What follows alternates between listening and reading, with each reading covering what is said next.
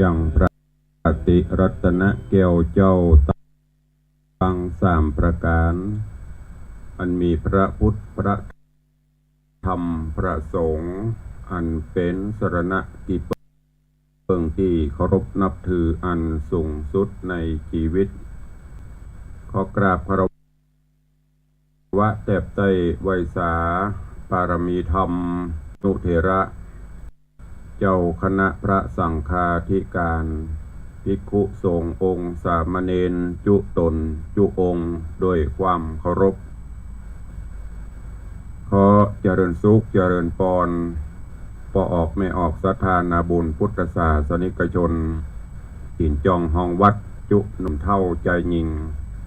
ก็ขอน้อมต้อนรับทุกท่านเข้าสู่รายการมรดกธรรมกำเมืองและสารธรรมกำเมืองตั้งสถานีวิทยุกระจายเสียงพระพุทธศาสนาแห่งชาติและสังคมคลื่นเพื่อการศึกษาพระพุทธศาสนาและวัฒนธรรมคลื่นพระพุทธศาสนาและจริยธรรมตลอดจนคลื่นวิทยุสีขาวเพื่อเจ้าประชาส่งสัญญาณออกอากาศจากทางสถานีวิทยุวัดไฟหินตำบลสุเทพอำเภอเมืองเชียงใหม่จังหวัดเชียงใหม่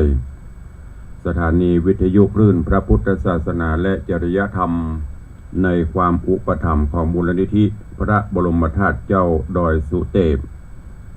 แล้วก็มีสถานีวิทยุคลื่นพระพุทธศาสนาหรือว่าคลื่นวิทยุสีขาวเพื่อเจ้าประชา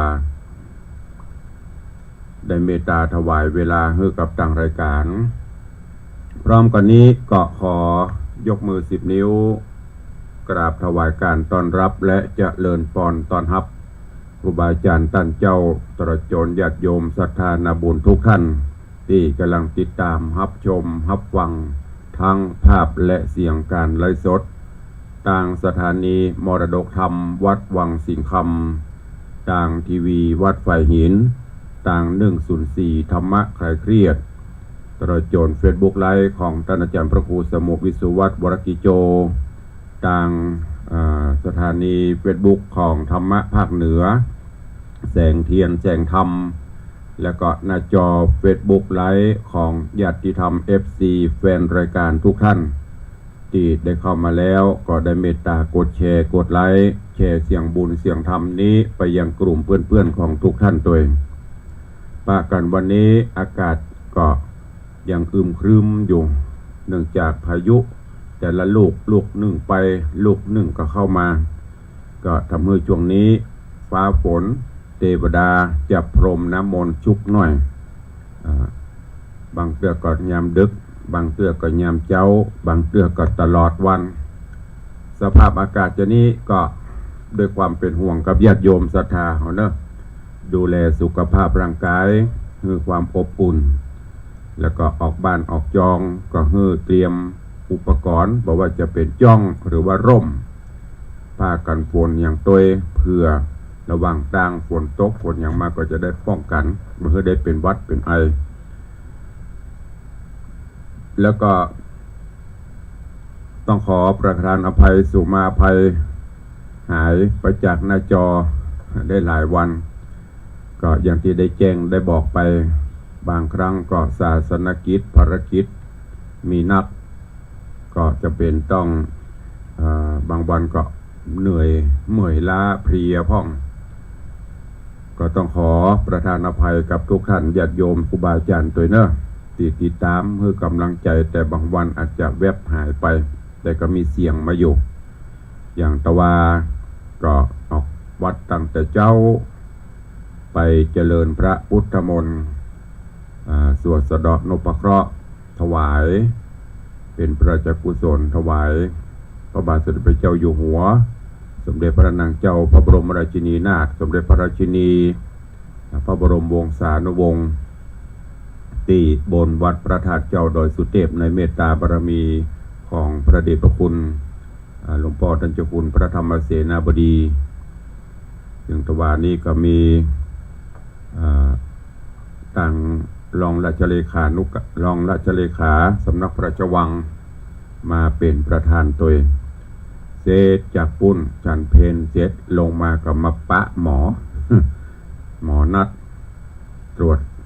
เป็นเจาะเลือดเจาะอย่างไปตรวจไขมันตรวจน้ำตาลตรวจอย่างต่างๆแล้วก็ตรวจสุขภาพตัวเพื่อต่อประกันตรงวานี้ตรวจเช็คใหญ่ตั้งแต่เอ็กซเรย์ปอดตรวจคลื่นหัวใจเจาะเลือดตรวจรอบ2แถมตรวจสปะตะวานี่เข้าวัดตะวาประ4 โมงปลายประจะ5 โมงหยุดวันค่ำก็วันนี้ก็ได้มาพบมาปะกับครูบาอาจารย์กับญาติโยมเหมือนเดิมญาติโยมท่านทั้งหลาย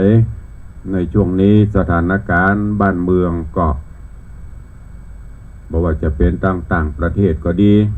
หรือในบ้านในเมืองเขานี่ก็ตามโดยเฉพาะต่างประเทศตอนนี้ก็คลุกฝุ่นคลุกไฟสงครามดังที่เราเดาคาดต่างหลายได้หูได้ทราบตามข่าวตามสื่อสารมวลชนมีการสู้รบกันสงครามเกิดขึ้นที่ไหนความบอดวายก็เกิดที่นั่นอย่างที่ตุลุงเคยนำเรียนนำเล่านำอูครูบาอาจารย์เคยบอกให้ฟังโอ้คนเราบ่ต้องไปเกี่ยงบ่ต้องไปนี่กันเนาะเพราะ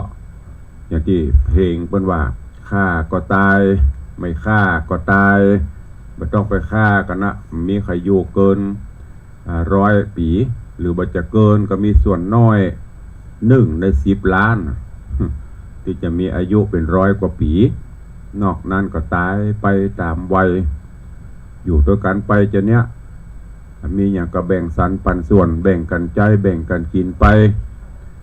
อย่างที่ภาษาหรือว่าทางธรรมะของเราที่พระพุทธองค์ได้ตรัสเตือนเอาศีลเอาธรรมเป็นสรณะเป็นที่พึ่งลดเสียซึ่งกิเลสตัณหาอบายมุขต่างๆโลภะโทสะโมหะความโลภความโกรธความหลงมันเบาบางลงอยู่ด้วยกันไปฮักกันแปลงกันเอากันเป็นพี่เป็นน้องไปจะมันก็จะมีความสุขแต่บ่ฮู้เนาะว่าบ้านเปิ่นเมืองเปิ่นไปคิดกันจะได้บ่ฮู้แข่งแย่งกันเป็นใหญ่แย่งกันได้อำนาจวาสนาบารมีฆ่าคนเหมือนอย่างพักอย่างไม้อย่างที่เฮาหั่นข้าวหั่นแล้วก็น่าเศร้าสลดใจตอนปานนี้ก็ก็ส่งกำลังใจเนอะไปกับพี่น้องที่ได้รับผลกระทบก็จะมีทุกภาคเหนือเขาก็มีอีสานก็มีที่ญาติพี่น้องไปเสียชีวิตในต่างแดนหรือโดนจับโดนยับไปเป็นตัวประกันก็ดีก็ส่งกำลังใจช่วยกันให้กลายเป็นดีเนอะเนี่ยมันอย่างจะเกิดขึ้นไปหน้าเขาบอกโอ้เนาะอย่างที่เพิ่นบอกว่าตามีหน้าพอหน้าบ่หันอย่างที่ตุลุงเคยเตือนญาติโยมทั้งหลายเขาอยู่เสมอเพราะนั้นก็ขอให้อยู่กันโดยการเอาศีลธรรมกรรมฐานหมั่นกินหมั่นทานปั่มเปงปารมีธรรมไปเถอะเมื่อเรายังมีชีวิตอยู่นี่สร้างกุศลผลบุญคุณงามความดีจะไปสร้างความเดือดร้อนให้กับสังคมนำความเดือดร้อนมาสู่ครอบครัวมันก็จะลุกลามถ้าครอบครัวเรามีความสุขก็จะเป็นผลต่อไปถึงหมู่บ้านถึงประเทศชาติบ้านเมืองแต่ถ้าว่า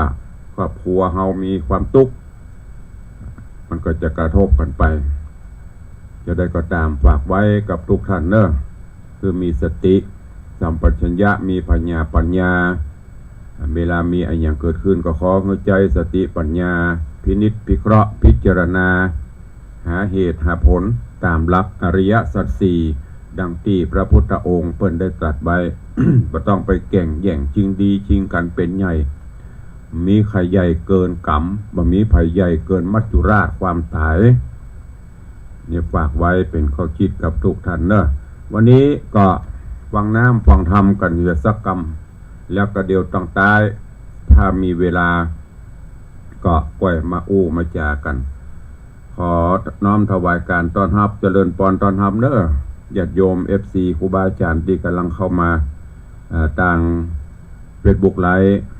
ตอนนี้ก็ขอต้อนรับทุกท่านตัวกระเดียวได้รายการก็ค่อยไปตักไปต่อยกันเนาะตลอดจนพี่น้องศรัทธาต่างบ้านต่างจองตัววันนี้ลิงสัญญาณในคลื่นสีขาวไปตลอดก็บอกว่าวันนี้ตั้งคลื่นสีขาวลิงหรือไม่บอกพุทธเตือนนี้ถ้าอาจารย์พระครูสมุทำพระครูอภิวัฒนวิกรมก็จะแจ้งมาในไลน์ในเมสเสจปิ้งวันนี้ปกติตอนนี้ดับปิ้งบอกสัญญาณเป็นจะได้บอกเนอะก็ว่ากันไปบนลิงก็ลิงไปถ้าบลิงก็ของเขาก็ปกติเนาะ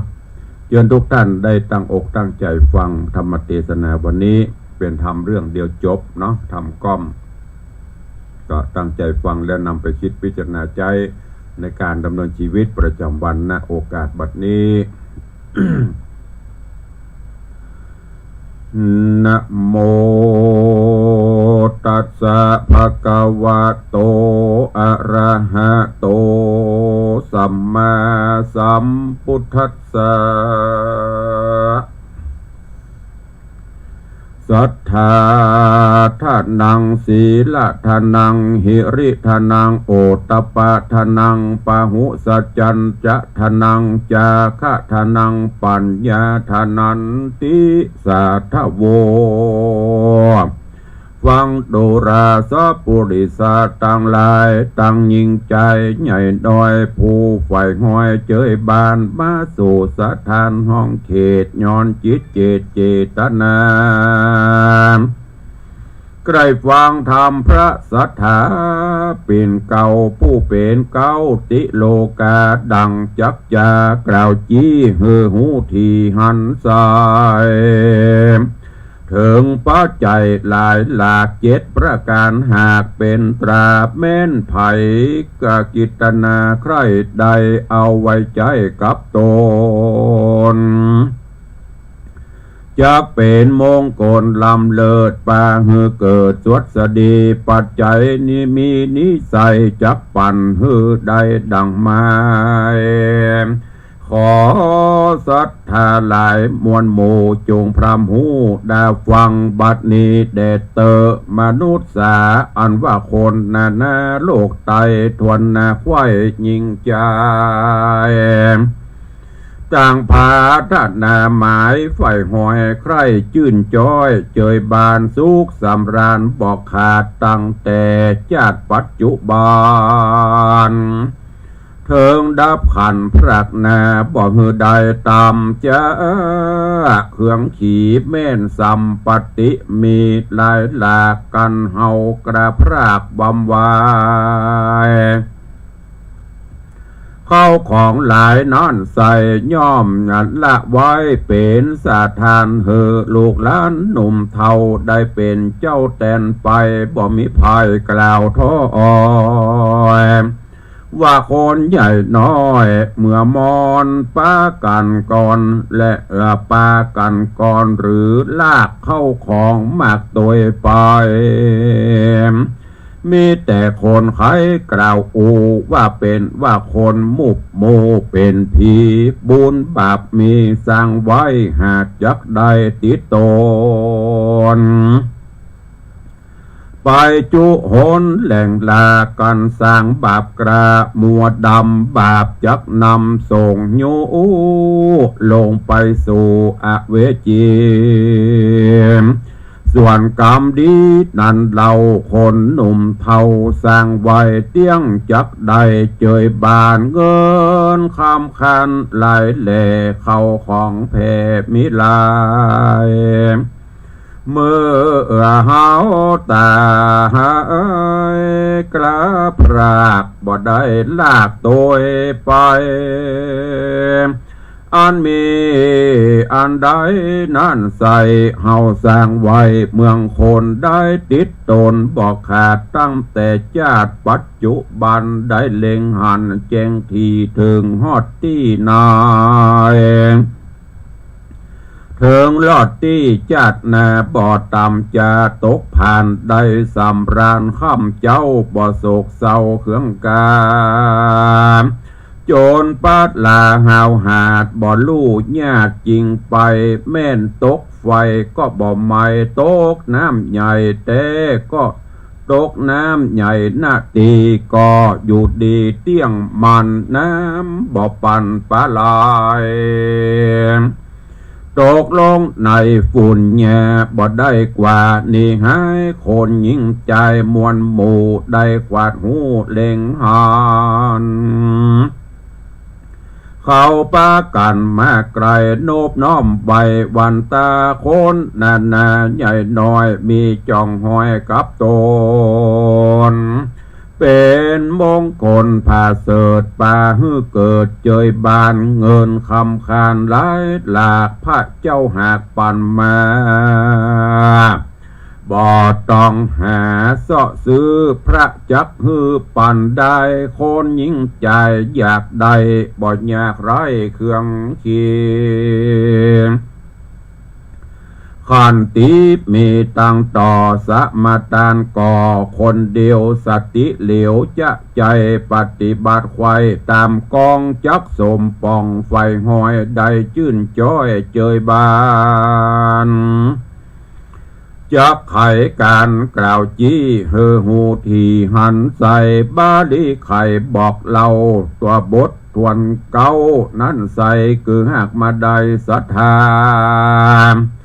เชื่อว่าพระสัมมาสัมพุทธเจ้าตนเป็นเก้าสัพพัญญูโล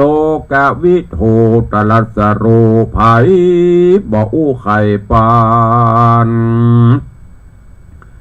ได้เล็งหันพับจอดหูแจงรอดกองธรรมเชื่อยังกรรมหลายหลากบาปบุญมากนาเชื่อว่าสตามวลหมู่อันข้างอยู่สงสาร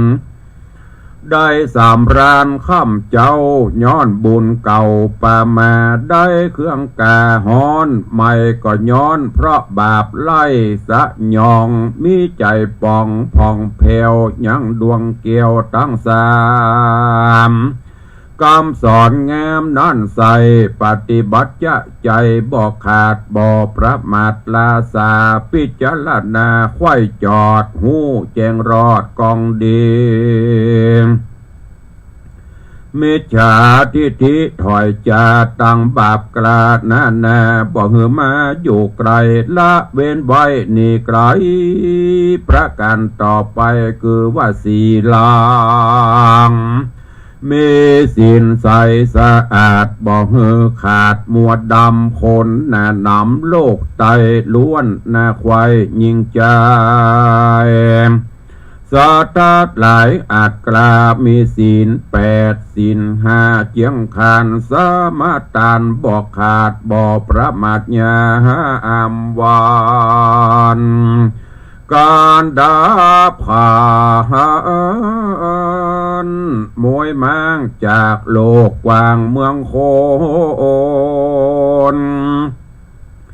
ยอมเอาโตนไปเกิดจันฟ้าเลิศเมืองสะวันดังรับฝันแล้วตื่นได้จมชื่นยาวไปศีลดวงใสเนตรเล่านักปราชญ์เจ้าจะสอนว่าเป็นอาภรณ์เลิศแล้วปากราดแก้วตั้งผ่านสุขสำลานชื่นจอยสมไฟหอยคนิ่งนายแม่นคนใดมีศีลอันเจียงจีนบ่เศร้าคนหนุ่มเทาเล็งหันเขาก็ปากันขับไว้ศีลปาหือได้ปนจากต่างทุกยากเครื่องกาศีลนิดนาบ่เศร้าเป็นอริยทรัพย์เจ้าเจอริยทรัพย์เจ้าพาเสดปาหือเกิดสวดเสดีศีลเป็นปาละมีเลิศแล้วในปาละมีแก้ว30ประการศีลเป็นญาณวิเศษปาโปนเขตมาอันภัย เป็นตั้งไปเตียวไต่คำสงสารใหญ่เมืองโคนน้ำเอาโตนไปเกิดรอดเบียงเกี่ยวยอดเนลปานอันสามรานค่ำเจ้าบ่หูแก่เท่าจะราและนาบททัดมาคือหิริใจละอาต่อเลือลายยินละอายต่อบาปอันกระยาบหึกนาบาปนาถอยไรบอกเก้าไกลแปลงปันกลัวมันวันตัวเก่าได้โศกเศร้ามองขีต่างบอดีมนเศร้าและนาทัดมาพาหุสัจจันจะมันเข้าหานักปราชญ์แล้วโอกาสจะทำกรรมสอนแงมมากวังมีอาจอังสัพการขอวอนบานบอกกล่าวเฮอโหข่าวกองแงมฟังแล้วจำบทบาทบ่เฮอขาดสูญหายกิจการหลายโลกไตพร้อมเสียงควายฟังไปพญาไวหูใดและนาบททัดมาจาคะสิ่งของมีน้อยมากจูงบริจาคเตตานเกิดว่าอาหารเข้าน้ำวัตถุพรำปัจจัยมีสิใจใสชื่นจอยจิตไฟห้อยยินดีการตามเมงหาดใดบอดเดือดไม่ตนตัวไว้เป็นขัวเล่มกวางคำตาตังสากรหรืออัศดรมาแก้วขี่ปนแล้วสงสารสลาตานจกออกยังเขายังของนอกกาญาปริจาคาจะใจแก่คนยากไร้เครื่องเขียมต้านแก่เจียงจีหนุ่มเทาป้อแม่เจ้าเอาอาตั้งวงสาพี่น้องมิดเกี่ยวปองสหายและนาโบทัดมาปัญญามีปัญญาลำยิ่งหูหลายสิ่งจุอันพญาตานห้ำเหียนได้หูแจ้งควายสัพปการฟังอาจารย์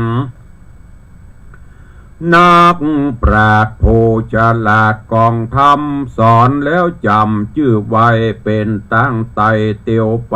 พิจารณาในทวนทีหูแจ้งที่ต่างดีต่างโลกมีมากหลายหลากต่างธรรมหากมิตรหลายพระญาภายจบจอดเหียนหูรอดบาลีปิตกะมีสามสิ่งหูทวนยิ่งกองธรรมเหียนแล้วจำจดเจือฟังปะเปื้อบ่เฮอสังกามปัญญานินากล่าวคือความหูดีลีหากเป็นปาละมีผาเสดในปาละมีเลิศเจียงคานสิประการกล่าวไว้ปัญญานิสัยเลิศแล้วเป็นอริยทรัพย์ผ่องแผ้วเหลือหลายแม่นเฮาตายพระอากนายังได้กว่าตัวไปบอบมีเข้าของใดนั้นใส่จักเพียบใดปัญญาเหตุนั้นนาพระพุทธเจ้าเทศนาเล่าปันหมายว่าคนหญิงใจโลกไตมีปัญญาไว้นั้นโสดเกิดประโยชน์แนะนำเป็นคุณธรรมลำเลิศปางเกิดสวดสดีปัญญาเมบอระเหียนหูไว้จุอันต่างสวรรค์จันฟ้าต่างโลกลามิลายหูต่างไว้กระหยาบอันเป็นบาปทารุณหูต่างบนจื่นจอยกุนจองห้อยกับตัวต่างดำมัวเป็นโตดอันเหี้ยมโหดหานี ตั้งได้ดีเข้าหาบตั้งเป็นบาปถอยโหนการกุศลมากน้อยก็ไฟห้อยกระตำไปปัญญาอาศัยหลายหลากบะปาโปนจากดังผ่านส่วนว่าการโลกไตมีพร้อมไข้เดือลายปัญญาภายองค์อาจหูสิบประสาทนานาตังสัพปสิปามวลหมู่อันมีอยู่บ่ไรเหียนหูไว้จบทองหูย่างกองวิเศษศาสตรเปตมนยำมีกุลธรรมตั้งมันบ่ไหววันไปมามีปัญญาหลายหลากป่าโปนจากอนตรายและนาศรัทธาพระพุทธเจ้าหากปั่นมาบ่ต้องหาเสาะไซปั่นเฮือใดจุคน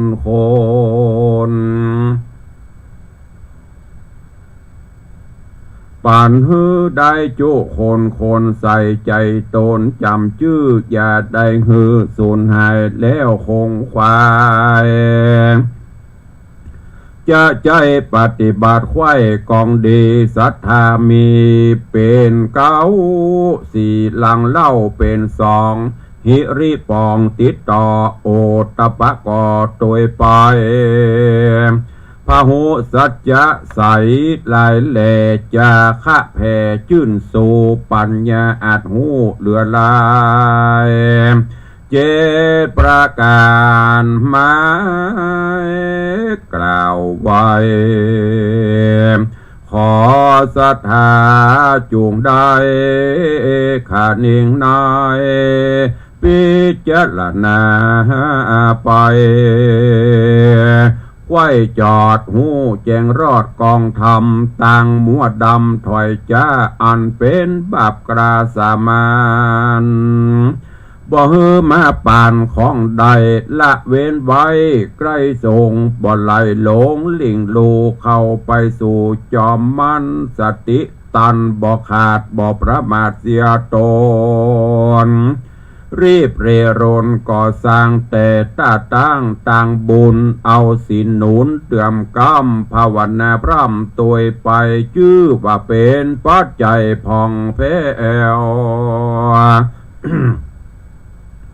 พาเสดแล้วเจียงคานเอาเป็นยานไต่เต่าหรือเป็นห่อเขาเจียงจีนน้ำไปกินไปนะได้สุขแหล่งลาเมืองโคนได้สุขเมืองบนเตดต้องแดนเขตห้องโคงสะวันเป็นนิรันดร์ข้ามเจ้าอยู่เตียงเตาสวัสดีก็มีโดยประกาศดังกล่าวมานี้แลนาเนติตังขีญาสังวันนาวิเศษจากห้องเหตุธรรมเทศนาเรื่องปัจจัยตังเจ็ดก็บังโกมสมเด็จสเดชวันนี้ก็ได้นำเอาธรรมเทศนาปัจจัยเจ็ดอย่างที่ควรมีไว้ในขันธะในจิตใจเนาะปัจจัยในที่นี้ไม่ได้รวมไม่ได้หมายเอาเงินคำกำเกลือเนอะปัจจัยในที่นี้เป็นปัจจัยเป็นอริยทรัพย์เป็นสิ่งที่ควรจะมีไว้กับตนตัวของเฮาอย่างบาลีที่เปิดขึ้นต้นนับตั้งแต่ศีลทานังหิริทานังโอตตัปปะทานังพหุสัจจะทานังจาคะทานังปัญญาทานังเนี่ยเป็นทรัพย์เป็นปัจจัยที่เฮาท่านทั้งหลายควรจะมีไว้ถ้าเฮาท่านทั้งหลายมีสิ่งเหล่านี้ศีลเป็นข้อเป็นต้นมีศีล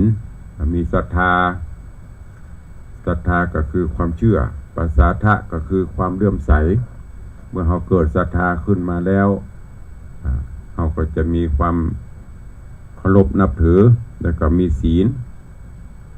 ประดับตนประดับตัวเป็นอาภรณ์อย่างที่ทำตุลุงเกยเตดเฮือมียังติจะงดจะงามเต้าศีลแก้วต่างหลายบอกว่าแก้วก้อแก้วมณีโจทย์แก้วต่างๆแก้ววิทูลที่เฮามาแปลงแหวนแปลงอย่างต่างๆนั่นงามเฉพาะที่เฮามีในชีวิตอยู่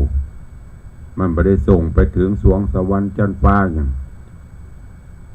แต่ถ้าเรามีศีลนี่งามยิ่งอยู่ที่ไหนก็งามเข้าในตำกลางใดก็บสะทกสะท้านด้วยการที่เรามีศีลมีธรรมหิริความละอายต่อบาปกรรมกระผลอย่างที่มันจะมากระทบโอตตัปปะก็คือเก่งกลัวต่อบาปกรรมที่มันจะเกิดขึ้นหูว่าทำอันนี้แล้วผลที่จะได้รับมันจะเป็นอันอย่างจะได้เมื่อหูแล้วเขาก็กลัวทำมันเขาก็ละเว้นพระโหสัจจะก็คือความเป็นผู้ที่ตั้งใจตั้งจิตตั้งใจศึกษาค้นคว้าพระธรรมคำสอนหมั่นเสาะแสวงหาสืบถามจากผู้รู้เรื่องราวธรรมะต่างๆอันเป็นข้อปฏิบัติที่เราจะต้องเอามาใจจาคะก็คือการรู้จักแบ่งสรรปันส่วนแบ่งกินแบ่งตานเป็นสัดเป็นส่วนไปแล้วก็ที่สำคัญก็คือปัญญานั่นเนี่ยที่เราจะขาดกันมีศรัทธาก็ต้องมีปัญญาตัวเองคิดพิจารณาแยกแยะเวลามีอย่างเกิดขึ้นก็คือใจปัญญาตัวเนี้ยมาแก้ไขปัญหาต่างๆก่อนจะไปฟังตัดสินใจอย่างต่างๆลงไปถ้าเฮาคิดบ่ออกก็บอกผู้อื่นที่ผู้รู้ปรึกษาหารือกันเพื่อร่วมกันคลี่คลายเพื่อร่วมกันแก้ปัญหาต่างๆพี่หูสองน้องหูหนึ่งเอามาใจเอามาปรับปรุงใจเพราะนั้นปัจจัย7หรือว่าศีลธรรมข้อวัดปฏิบัติถึง7ข้อนะที่ตุลุงได้เทศเป็นธรรมวัดเพื่อญาติโยมทั้งหลายได้สดับมาฟังบางท่านก็อาจจะฟังหูเรื่องบางท่านก็อาจจะหูพ่องหูหลายเนาะตุลุงก็ได้มาสรุปให้ตั้งใต้ให้ญาติโยมทั้งหลายว่าใจความเนื้อหาสาระในพระธรรมเทศนาที่ได้เทศปัจจัย7นะมันมีอย่างพ้องก็ได้สรุปให้ฟังมีตั้งแต่ศรัทธามีศีลมีหิริความละอายโอตตัปปะมีความเก่งกลัวต่อผลบาปผลกรรมต่างๆที่เราทำพหุสัจจะความเป็นผู้ทรงจำความเป็นผู้ศึกษาค้นคว้าในสิ่งที่ดีนำมาใช้จาคะรู้จักแบ่งสรรปันส่วนแผ่ภายใยบุญทรัพย์สิ่งที่เรามีอยู่ที่จะอนุเคราะห์สงเคราะห์ช่วยเหลือเพื่อนมนุษย์ร่วมโลกเฮาแล้วก็ปัญญาเป็นสิ่งที่สำคัญรอบรู้ต่างๆเหล่านี้ขอฝากไว้เนอะกับญาติโยมทั้งหลายนำไปคิดพิจารณาไปใช้ในการดำเนินชีวิตประจำวันเนอะหน้าจอเป็นอะไรอย่างหมดเนอะท่านผอ.มันอะไรอย่างขึ้นมานี่เป็นขึ้นเป็นอะไรอย่างเปิดมันได้เห็นเลยต่างหน้าจอโน้ตบุ๊กมันมีอะไรอย่างขึ้นมานี่บ่ฮู้ปล่อยมันไปเนาะตามสภาวะธรรมเอาไปกดเดี๋ยวก็มันจะรุดไปที่อื่นละก็ฝากไว้เนอะกับทุกท่านตัวเองก็วันนี้ที่วัดสวนดอกพระอารามหลวงเนอะจะมีพิธีหล่อและพิธีอบรมสมโภชเหรียญ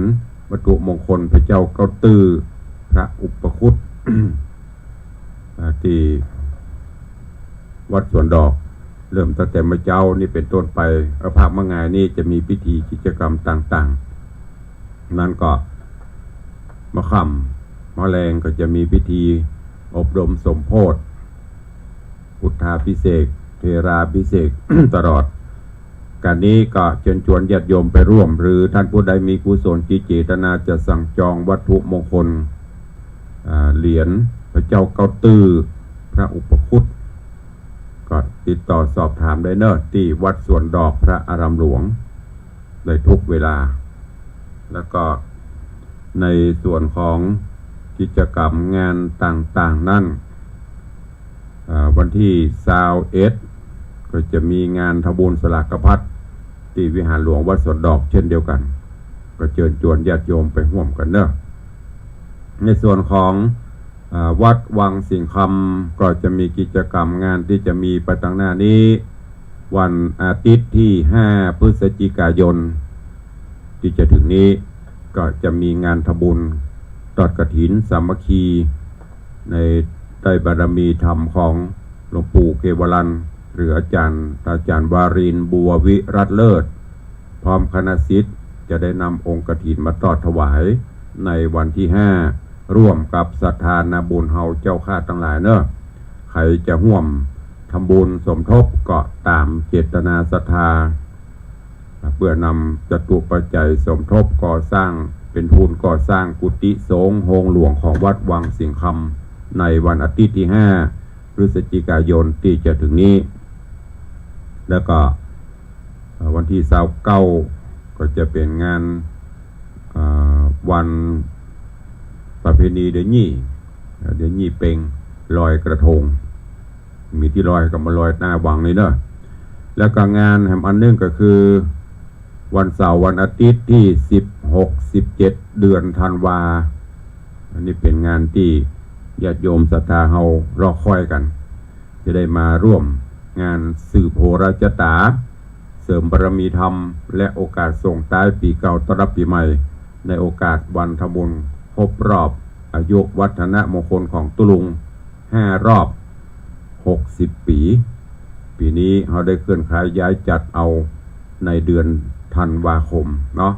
ก็เชิญชวนทุกท่านเนอะใครจะมาร่วมกินร่วมทานตัวก็มาก็พูดถึงเรื่องงานวันเกิดขออนุโมทนาบุญขอบคุณกับญาติธรรมญาติโยมเนอะที่ได้มาร่วมในการทำบุญเพิ่มเติมขอบคุณกับคุณโยมสุภาพคุณโยมเทียมจันทร์ขันนาจากเรือนจำกลางจังหวัดเชียงใหม่ร่วมทำบุญมา500 บาทโยมแม่จันดีพรหมรัตน์ประคอยเหนือร่วมทำบุญ200โยมแม่บัวแก้วพรหมชยาร่วมทำบุญ500 บาทโยมแม่จันติบจันมณีร่วมทำบุญโต๊ะเคียงสังฆทาน1 ตัว 1,000 บาทพอดีอันนี้วันนั้นเป็นวันเกิดของโยมแม่จันดีเปิ้นมาตาลยอดตาลตุลุงก็เอาเข้าสมทบทั้งหมดถ้าจะเติมจะแห้งได้ก็สุดแล้วแต่เนาะนอกจากนั้นก็อนุโมทนาบุญขอบคุณกับโยมแม่อุ้ยม่อนจันดีเจริญตื้อ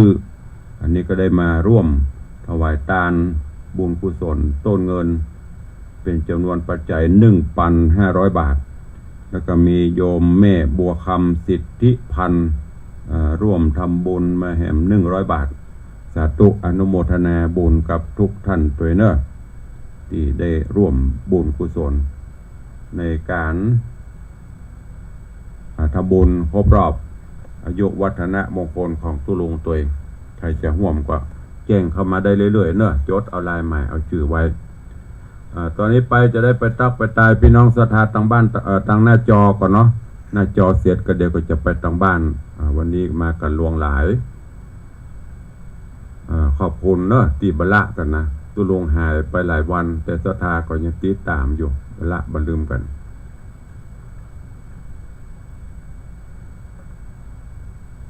ขอเจริญปอนต้อนรับโยมทองคำทิบงคำเนอะน้อมกราบไหว้สาเจ้าสาธุเจริญปอนโยมสลินทิพย์บุญเลิศสาธุเจริญปอนโยมจิตชบา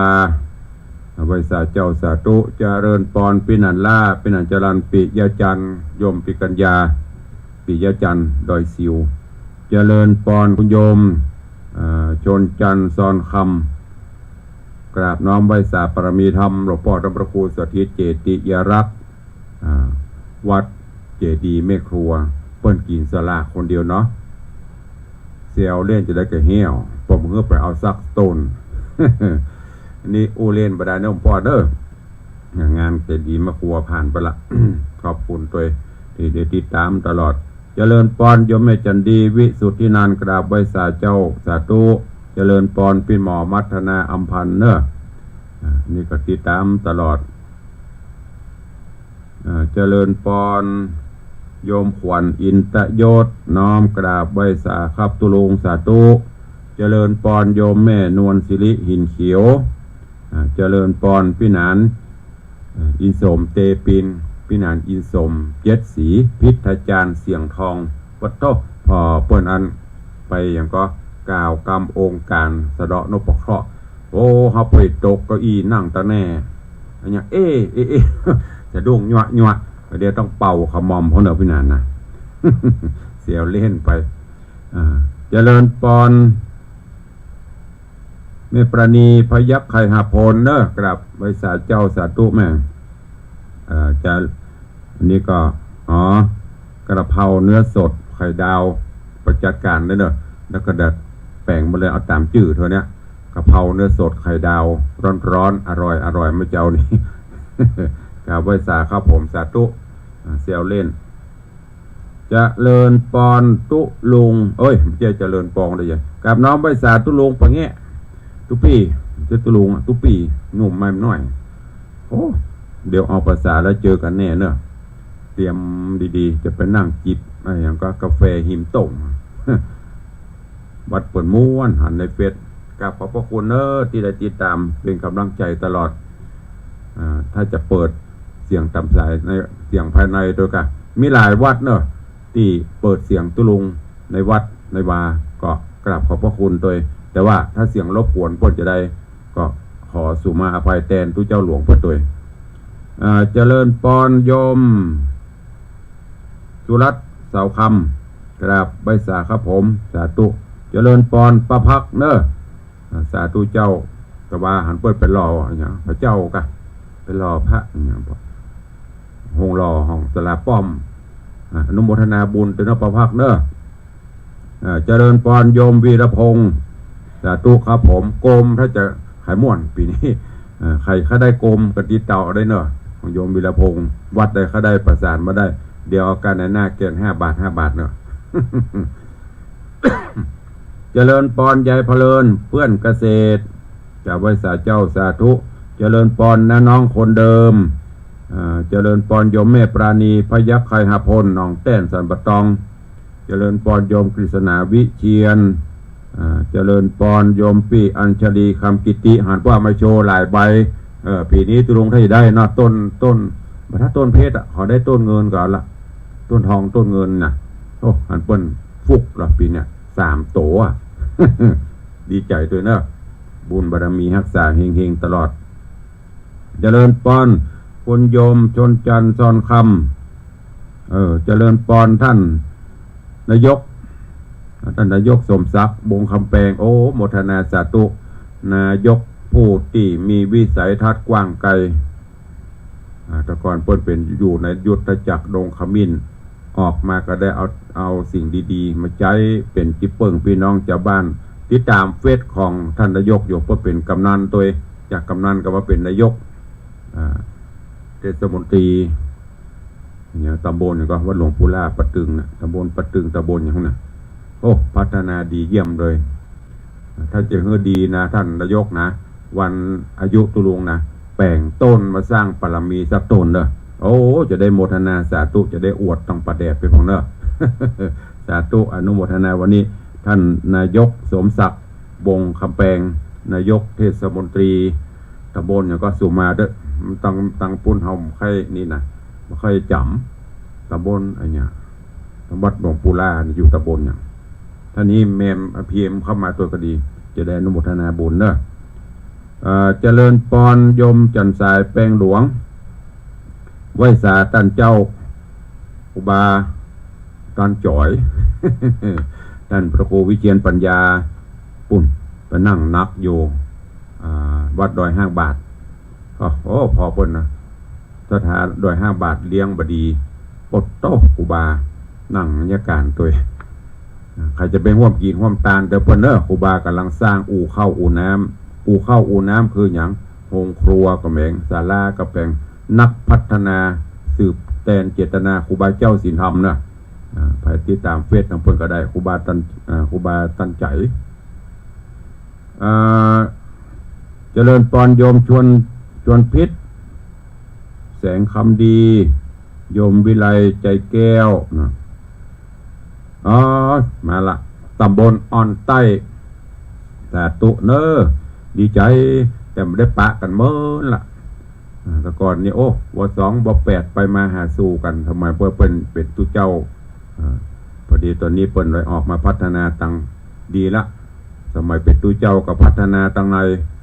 ประเด็นนี้ออกมาตังนอกกับพัฒนาตังนอกแต่กับบละถิ่นเดิม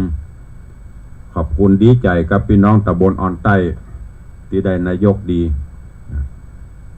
น้ำไหลไฟสว่างทางสะดวกใจเถิงเปิ่งได้เนอะกำนันก็เปลี่ยนมาละตุเจ้าหลวงก็เปลี่ยนมาละตุเจ้าหลวงตุเจ้ารองก็เปลี่ยนมาละสมัยหลวงปู่ศิษย์หลวงปู่ก็ท่านนายกสมศักดิ์วงเตียแปลงนายกเทศมนตรีตำบลอ่อนใต้วันนี้ได้เข้ามาแบะมาเวียนหน้าจอสาธุขอบุญรักษาเนอะขอให้ได้เป็นไปตลอดเนอะแล้วก็หลวงพ่อท่านอุบาตั้งใจบอกว่ากราบครับผมสาธุเนอะนี่เป็นตั้งหน้าจอ Facebook ไลฟ์ไม่ได้ไปไหนกันนั่งพอเสวนาอู้กันไปตัวขอบคุณทุกท่านเนอะอาจขัดตกบกพร่องจะได้ก็กราบประทานอภัยสู่มาอภัยตัวบางเตือกระตัวมันนิ่วตัวมันน้อยไหลขึ้นไหลลงนี่พอตั้งโทรศัพท์ไปนะหน้าตุลงไปใน4 เครื่องกันนะเครื่องส่งเครื่องโน้ตบุ๊กตั้ง Facebook ตั้งสถานีตั้งอันนี้ตาก็เริ่มตะวาไปวัดสายตาในประตูมึงไม่ได้หมอวัดข้างซ้ายบัดถ้าวัดหมอมันดึงหันแต่มันโมโห ใจได้ข้างเดียวคือข้างขวาก็ต่อไปจะได้ไปตักตายตั้งบ้านตั้งจองเนาะก็เดี๋ยวจะน้อยจ่วยตักกะตั้งหน้าเฟซเนาะประเดี๋ยวนอนหน้าตั้งบ้านเพิ่มมาตักกะใครจะอู้ตัวก็เข้ามาได้0817836540เบอร์เก่าเบอร์เดิม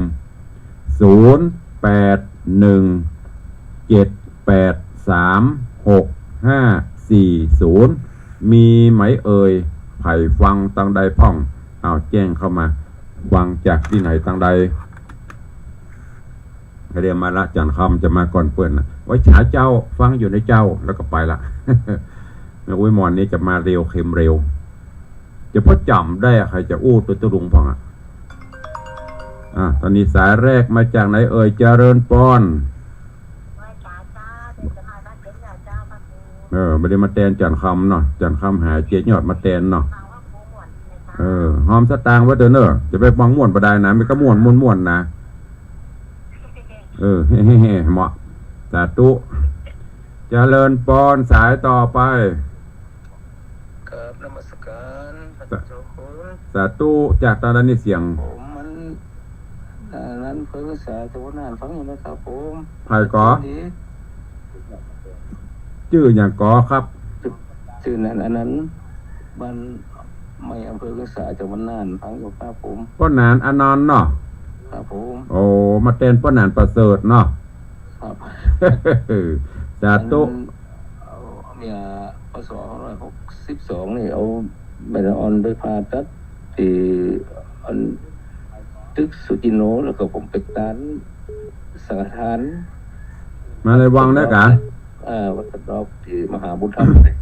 นึกว่ามาหาตุลุงในวังนี่อีกแต่อยู่ตรงไหนเดี๋ยวถ้ามากลางก็ก้อยโทรมาเนอะครับผมจากอำเภออย่างก่ออำเภออย่างก่ออยู่อำเภอเวียงสาครับผมอำเภอเวียงสาเขาพ่อนานนะกับอำเภอเวียงสาเนาะครับพ่อนานนั้นครับผมพ่อนานอนันต์เวียงสาสาธุเนอะพ่อนานเนอะจะเลินปอน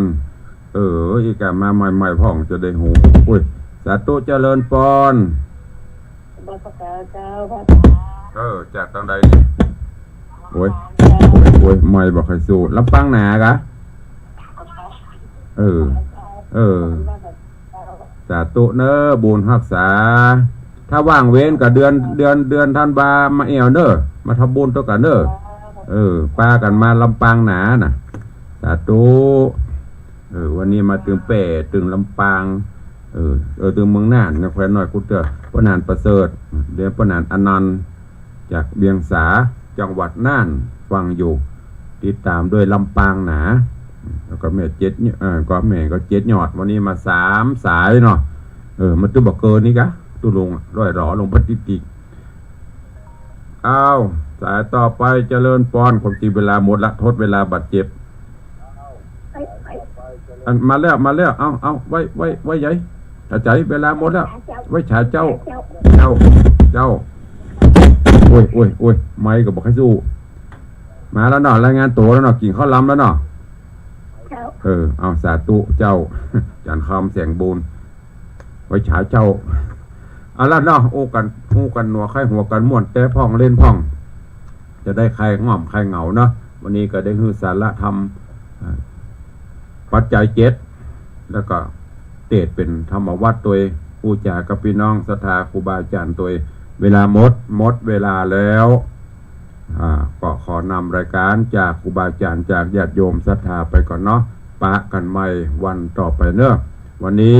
ก็ขอความสุขสวัสดีจุงบังเกิดมีกับทุกท่านอยู่ดีมีสุขเจริญไปด้วยอายุวันนะสุขะพละ